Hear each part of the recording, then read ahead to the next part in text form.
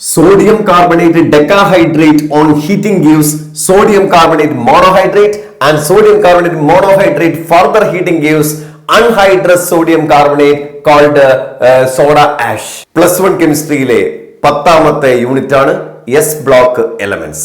Focus ഏരിയക്ക് പ്രാധാന്യം നൽകിക്കൊണ്ടുള്ള ഈ വീഡിയോയിലേക്ക് ക്ലാസ്സിലേക്ക് എല്ലാവർക്കും സ്വാഗതം.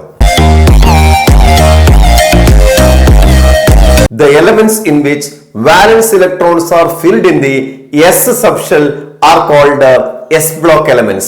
S block elements in the general electronic configuration NS1 to 2 എന്നാണ്. It includes two groups called alkali metals and alkaline earth metals. Lithium, sodium, potassium, rubidium, cesium and francium ആണ് alkali മെറ്റൽസിൽ വരുന്നത്. എന്നാൽ beryllium, magnesium, calcium, strontium, barium and radium ആണ് alkaline earth മെറ്റൽസിൽ വരുന്നത്. Alkali മെറ്റൽസിന്റെ general configuration ചോദിച്ചു കഴിഞ്ഞാൽ that is called NS1 ആണ്. വാലൻസ് ഷെല്ലിൽ 1 electrons ആണ് വരിക. എന്നാൽ ആൽക്കലൈൻ എർത്ത് മെറ്റൽസിൽ NS2 ആണ് വാലൻസ് ഇലക്ട്രോണിക് കോൺഫിഗറേഷൻ വരുന്നത്. ഫോക്കസ് ഏരിയയിൽ പറയുന്ന സമയത്ത് ഏറ്റവും ആദ്യത്തെ point chemical properties of alkali മെറ്റൽസിൽ അല്ലെങ്കിൽ ആൽക്കലൈൻ എർത്ത് മെറ്റൽസിൽ വരുന്നതാണ് solution in liquid ammonia. Liquid അമോണിയയുമായിട്ട് എസ് ബ്ലോക്ക് എലമെന്റ് റിയാക്ട് ചെയ്യുമ്പോൾ വാട്ട് ഹാപ്പൻസ് എന്നുള്ളതാണ് നമുക്ക് ആദ്യം പഠിക്കാനുള്ളത്. എം എന്ന് പറയുന്ന മെറ്റല് അമോണിയയുമായിട്ട് റിയാക്ട് ചെയ്യുമ്പോൾ that is called metal ammoniated compound ഉണ്ടാവും. അതുപോലെ തന്നെ ഇലക്ട്രോണും അമോണിയയും കൂടി ചേർന്നിട്ട് അമോണിയേറ്റഡ് ഇലക്ട്രോൺ, അതിന് നമുക്ക് മറ്റൊരു ടേമും കൂടി യൂസ് ചെയ്യാം, സോൾവേറ്റഡ് ഇലക്ട്രോൺസ് എന്നും പറയാം. അങ്ങനെ ആ സൊല്യൂഷന് ബ്ലൂ കളർ ഉണ്ടാവും എന്നുള്ളതാണ് ഏറ്റവും പ്രധാനപ്പെട്ട കാര്യം. എന്ന് പറഞ്ഞാൽ സൊല്യൂഷൻ ലിക്വിഡ് അമോണിയയിലേക്ക് ആൽക്കലി മെറ്റൽ ഡിസോൾവ് ചെയ്യുമ്പോൾ the solution turns to blue. This is due to ammoniated electron or solvated electrons എന്നുള്ളതാണ് ആദ്യത്തെ പോയിന്റ്. ഇനി മറ്റ് ചില കെമിക്കൽ പ്രോപ്പർട്ടീസ് ഫോക്കസ് ഏരിയക്ക് പുറത്ത് വരുന്നത് that is called reaction with oxygen, reaction with hydrogen, reaction with halogen, അതുപോലെ reducing property, flame colouration പോലെയുള്ള points നിങ്ങൾക്ക് അഡീഷണൽ പോയിന്റ്സ് ആയിട്ട് ഓർമ്മിക്കാൻ വേണ്ടി പറ്റും. മറ്റൊരു പോയിന്റ് ആണ് ഗ്രൂപ്പിലെ ഒന്നാമത്തെ എലമെന്റ് മറ്റ് എലമെന്റ്സിനെ അപേക്ഷിച്ച് പ്രോപ്പർട്ടീസിൽ ചില വ്യതിയാനങ്ങൾ കാണിക്കുന്നു. അതിനെയാണ് നമ്മൾ പറയുന്നത് അനോമലസ് ബിഹേവിയർ, അനോമലസ് പ്രോപ്പർട്ടീസ്. അതില് ഗ്രൂപ്പ് 1 ലിഥിയമാണ്, ഗ്രൂപ്പ് 2 ബെറിലിയത്തിന്റെ അനോമലസ് പ്രോപ്പർട്ടി ആണ് നമുക്ക് ഫോക്കസ് ഏരിയയിൽ ഉൾപ്പെട്ടിട്ടുള്ളത്. അനോമലസ് ബിഹേവിയർ ഓഫ് ലിഥിയം ആണ്. അപ്പൊ നമ്മൾ നേരത്തെ ക്ലാസിഫിക്കേഷൻ ഓഫ് എലമെന്റ്സ് പറയുന്ന പാഠത്തിൽ കേട്ടിട്ടുണ്ട്. അതായത് എന്തൊക്കെയാണ് അനോമലസ് ബിഹേവിയർ കാണിക്കാനുള്ള റീസൺ. 4 പോയിന്റ് ഓർമ്മയുണ്ടല്ലോ. Small size, high ionisation enthalpy, high electronegativity, absence of vacant D orbital. ഈ കാരണങ്ങൾ കൊണ്ടാണ് അനോമലസ് ബിഹേവിയർ കാണിക്കുന്നത്. എന്തൊക്കെയാണ് ലിഥിയം കാണിക്കുന്ന അനോമലസ് ബിഹേവിയർ എന്നുള്ളതാണ് മറ്റൊരു ക്വസ്റ്റ്യൻ. ഒരു 4-5 പോയിന്റ് എങ്കിലും നിങ്ങൾ ഓർമ്മിച്ചു വെക്കേണ്ടതുണ്ട്. ആൽക്കലി മെറ്റൽസ് കമ്പയർ ചെയ്യുമ്പോൾ ലിഥിയം ഈസ് മച്ച് ഹാർഡർ. അതിന് മെൽറ്റിംഗ് പോയിന്റും ബോയിലിംഗ് പോയിന്റും ഹൈ ആണ്. ഇത് ലീസ്റ്റ് റിയാക്റ്റീവ് ആണ്, ബട്ട് സ്ട്രോങ്സ്റ്റ് റിഡ്യൂസിംഗ് ഏജന്റ് ആണ്.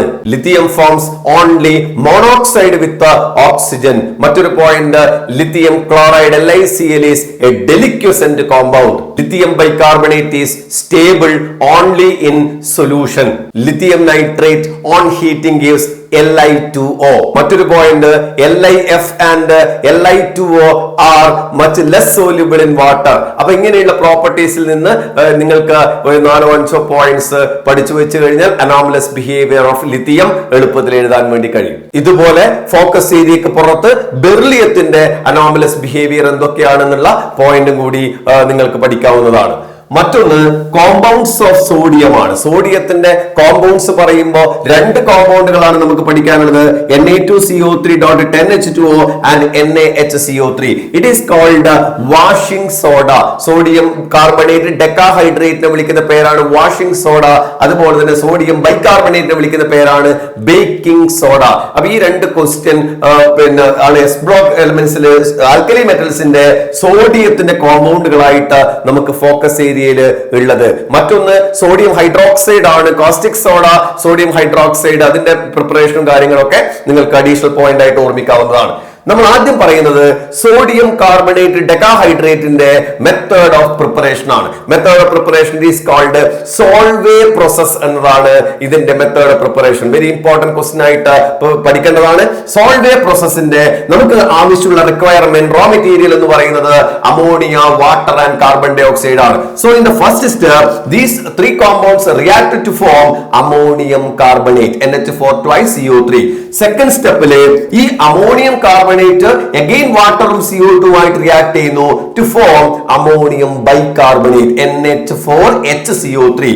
തേർഡ് സ്റ്റെപ്പില് ammonium bicarbonate react with NaCl to form ammonium chloride and sodium bicarbonate. ഈ സോഡിയം ബൈകാർബണേറ്റ് ഹീറ്റ് ചെയ്താൽ that is called NaHCO3 gives Na2CO3 plus H2O and CO2 നമുക്ക് കിട്ടും. ഇങ്ങനെയാണ് Na2CO3 prepare ചെയ്യാനുള്ള method. എന്നാൽ അവിടെ തന്നെ വേറൊരു പോയിന്റ് ഓർമ്മിക്കാം.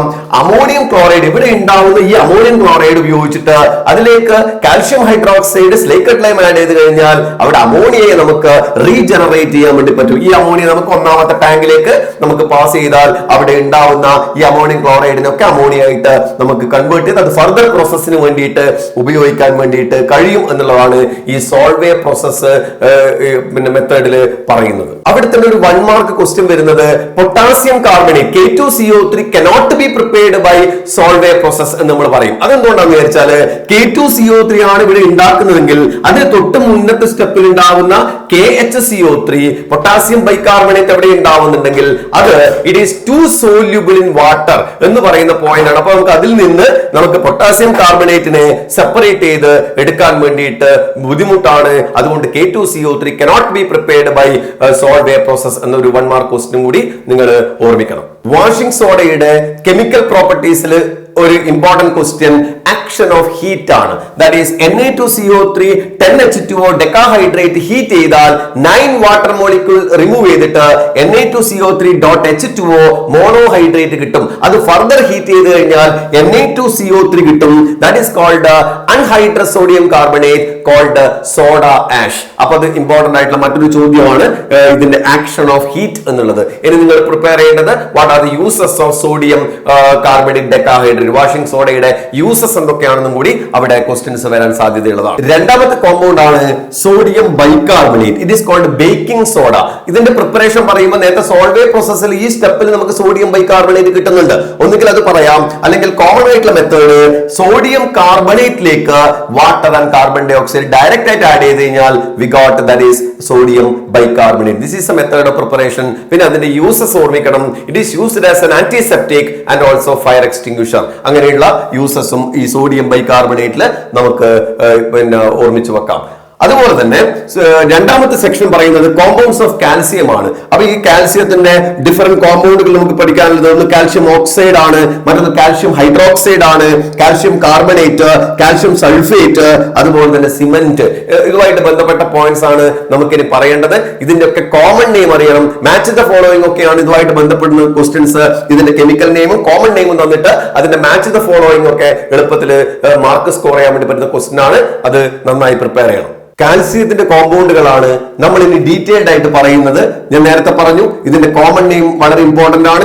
CaO is called quicklime, CaOH twice is called slaked lime, CaCO3 is called limestone, CaSO4 half H2O is called plaster of Paris. അവിടെ തന്നെ 2H2 ഉണ്ട്, അത് it is called gypsum. ഇത്തരം കോമൺ നെയിമും കൂടി നമുക്ക് ഓർമ്മിക്കണം. So first compound is calcium oxide. Calcium oxide നമുക്ക് പ്രിപ്പയർ ചെയ്യാനുള്ള മെത്തേഡ് കാൽഷ്യം കാർബണേറ്റ് ഡീകമ്പോസ് ചെയ്താൽ നമുക്ക് CaO കിട്ടും. അപ്പൊ ഇതെല്ലാം അങ്ങോട്ടും ഇങ്ങോട്ടും റിലേറ്റഡ് ആണ്. ഇനി CaCO3ന്റെ പ്രോപ്പർട്ടീസ് പറയുമ്പോൾ CaCO3 ഡീകമ്പോസ് ചെയ്താൽ CaO കിട്ടുമെന്ന് പറയാം. അപ്പൊ പ്രിപ്പറേഷനും പ്രോപ്പർട്ടീസും റിലേറ്റ് ചെയ്തിട്ട് തന്നെ പഠിക്കണം. മറ്റൊന്ന് ഈ കാൽഷ്യം ഓക്സൈഡിന്റെ പ്രോപ്പർട്ടീസ് പറയുമ്പോൾ കാൽഷ്യം ഓക്സൈഡിലേക്ക് തിരിച്ചു പറയാം. കാർബൺ ഡൈ ഓക്സൈഡ് ആഡ് ചെയ്യുമ്പോൾ CaCO3 കിട്ടും. അതുപോലെ തന്നെ കാൽഷ്യം ഓക്സൈഡിലേക്ക് വാട്ടർ ആഡ് ചെയ്യുമ്പോൾ CaOH സ്ലേക്കഡ് ലൈം കിട്ടും. അപ്പൊ സ്ലേക്കഡ് ലൈമിന്റെ പ്രിപ്പറേഷൻ എന്താണെന്ന് ചോദിച്ചാൽ ഈ മെത്തേഡ് പറഞ്ഞാൽ മതി. അപ്പൊ ഇതെല്ലാം പ്രിപ്പറേഷൻ പ്രോപ്പർട്ടീസ് ഞാൻ പറഞ്ഞതുപോലെ ഇന്റർ റിലേറ്റഡ് ആണ്. ഇനി മറ്റൊന്ന്, കാൽഷ്യം ഓക്സൈഡിന്റെ ഒരു പ്രധാനപ്പെട്ട application, it is used as A flux in the metallurgy എന്നാണ്. ഗാങ്ങിനെ റിമൂവ് ചെയ്യാൻ, ഗാങ് എന്ന് പറയുന്നത് ഒരു മെറ്റലിന്റെ എക്സ്ട്രാക്ഷൻ സമയത്ത് ഉണ്ടാവുന്ന ഇംപ്യൂരിറ്റി ആണ്. ഇപ്പൊ ഇംപ്യൂരിറ്റി SiO2 ആണെങ്കിൽ നമുക്ക് അവിടെ CaO ഫ്ലക്സ് ആയിട്ട് ആഡ് ചെയ്യും. എന്നിട്ട് കിട്ടുന്ന റിമൂവ് ചെയ്യുന്നത് സ്ലാഗ് ആയിട്ട് CaSiO3 എന്ന് പറയുന്ന കോമ്പൗണ്ടിനെ സ്ലാഗ് എന്നാണ് പറയാ, ആ സ്ലാഗ് ആയിട്ട് നമുക്ക് റിമൂവ് ചെയ്യാം. അതുപോലെ തന്നെ മറ്റൊരു എക്സാമ്പിൾ P4O10 ഫോസ്ഫറസിന്റെ പെന്റോക്സൈഡ് ആണ് നമ്മുടെ ഗാങ് ഇംപ്യൂരിറ്റി എങ്കിൽ അവിടെ CaO ഫ്ലക്സ് ആയിട്ട് ആഡ് ചെയ്താൽ flux plus gang gives slag എന്നാണ് അതിന്റെ ഇക്വേഷൻ. അപ്പൊ ഫ്ലക്സ് CaO ഇംപ്യൂരിറ്റി അല്ലെങ്കിൽ ഗാങ് P4O10 കിട്ടുന്ന സ്ലാഗ് Ca3PO4 ട്വൈസ്. അതാണ് CaOന്റെ ഒരു പ്രധാനപ്പെട്ട അപ്ലിക്കേഷൻ. രണ്ടാമത്തെ കോമ്പൗണ്ട് ആണ് CaOH ട്വൈസ്. പ്രിപ്പറേഷൻ നമ്മൾ ഇവിടെ പറഞ്ഞു. ഇനി അതിന്റെ പ്രോപ്പർട്ടീസിൽ ഇമ്പോർട്ടന്റ് ക്വസ്റ്റ്യൻ ആണ്. അതിലേക്ക് ലൈം വാട്ടറിലേക്ക്, സ്ലേക്കഡ് ലൈമിന്റെ വേറൊരു പേരാണ് ലൈം വാട്ടർ. ലൈം വാട്ടറിലേക്ക് കാൽഷ്യം ഹൈഡ്രോക്സൈഡ് ആഡ് ചെയ്താൽ, കാൽഷ്യം ഹൈഡ്രോക്സൈഡിലേക്ക് കാർബൺ ഡൈ ഓക്സൈഡ് പാസ് ചെയ്താൽ ലൈം വാട്ടർ ടേൺസ് മിൽക്കി എന്ന് നമ്മൾ കേട്ടിട്ടുണ്ട്.